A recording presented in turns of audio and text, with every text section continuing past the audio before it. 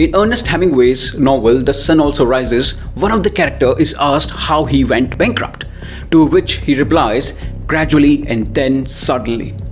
And that's how the banks are falling one after another, gradually and then suddenly. The market is telling us something very bad is coming. How bad, you ask? Well, really bad. The failure of the Silicon Valley Bank and later Signature Bank stunned the financial world last Friday, seemingly out of the blue. Just past week, the banking infection reached Europe with the bailout of the bank Credit Suisse.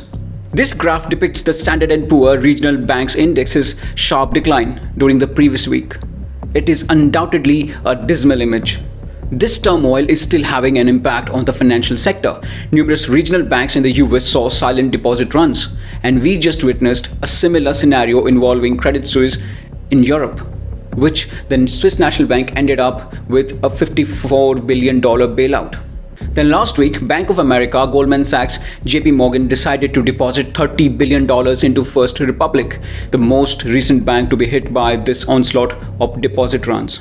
This provides First Republic with the liquidity they need to survive any deposit withdrawals from unhappy clientele of $30 billion. In order for a bank to make a profit, it must have investments. Either it makes loan to businesses and individuals, or it buys assets like government bonds.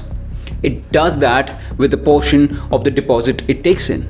So because they make loans or buy bonds, a bank doesn't have enough cash on hand to pay back all the depositors at once. And in normal times, they don't usually have to.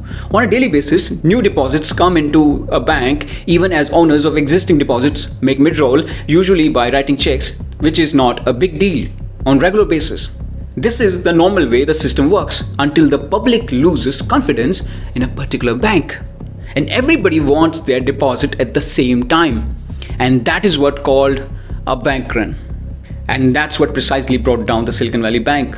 They parked their customers' deposit in government bonds, and then the government bond yields fell and their customers came running to get their deposits back. But the Silicon Valley Bank did not have any left with them. And that's how they fell suddenly.